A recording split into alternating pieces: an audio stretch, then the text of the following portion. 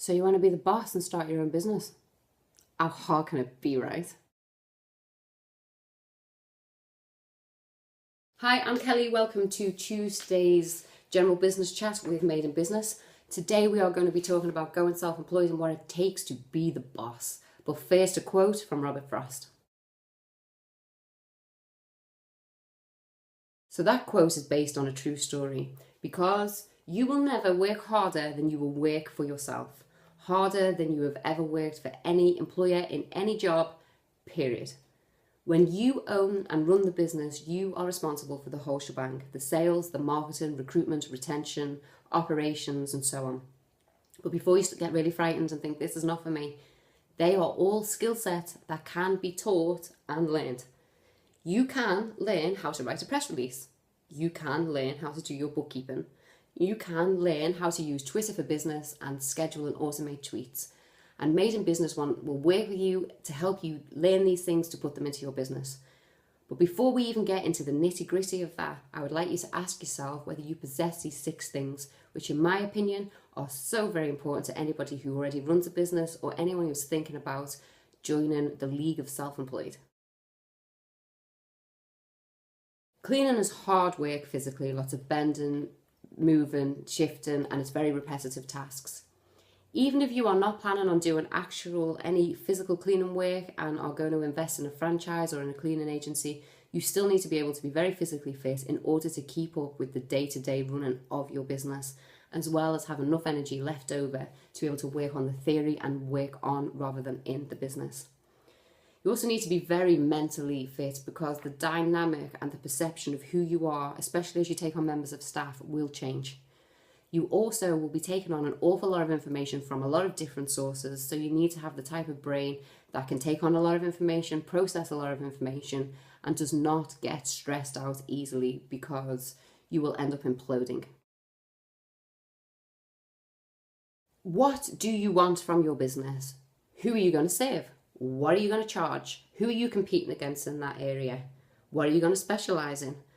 Now, I'm not suggesting that we sit down and write a big old 35-page business plan, because your business is too new to start to do that, and you just end up filling it with waffle. But you must plan.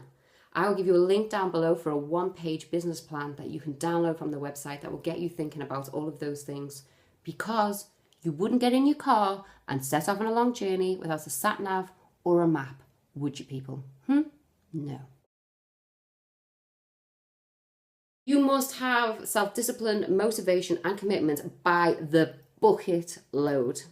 People will talk about you. People will analyze your business. People will scrutinize what you're doing. People will try and talk you out of it. People will try and tell you another way. This very much links back to point number 1. You need to be so sure on your visions and your goals and be mentally fit in reaching them, because there will be a lot of things that will come along in your business that almost act as if they're important and they need your time, but they are not, and they take your eyes off the prize. Education, education, education. I bore everybody stupid with this. Me personally, I do at least 2 hours a day reading different business books, reading blog posts, on my Feedly, watching vlogs, how-to guides, tutorials. It's so important. The more you learn about a subject as well, the more you will realise how little you know. So it is a never-ending, perpetual thing. The education should never stop. There are always new ways coming of doing things, and even if you don't implement them, it's always good to have a different vantage point of how other people use their business and how they run their business and things that they do. So education, education, education. It is so very important to make friends with your computer. Not only is social media and social networking and the internet a very big part of the business cycle now, and it will always forever be, it is also important that once you take your business beyond the cleaning round and you want to start to make it more of a business, you will have to do quote templates, invoice templates, customer satisfaction surveys, and a whole host of other things that you will need to make friends with your computer for. If you really are a novice and you don't know what you're doing with it at all, it's not a problem if you go online, or if you even look in the yellow pages for those that don't like online, and ring your local college or an education establishment. They very often run computer courses that last for 6, 12, and 16 weeks that will get you used to the basics and get you on track. We'll be dealing with lots of different people from different walks of life, different class backgrounds, and different education backgrounds. You must be able to communicate clearly, concisely, and professionally with people at all levels to be able to be successful in running a business.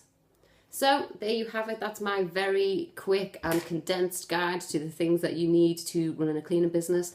I would love to hear what else you think entrepreneurs should have in their skill bag or have built into them. And I'd love to hear your stories on how you started up. The link is down below for the one-page business plan. Make sure that you hit that up, and also come say hi on Twitter or Facebook, and be back here Thursday when we will be discussing what even is social media marketing. Until then, bye-bye.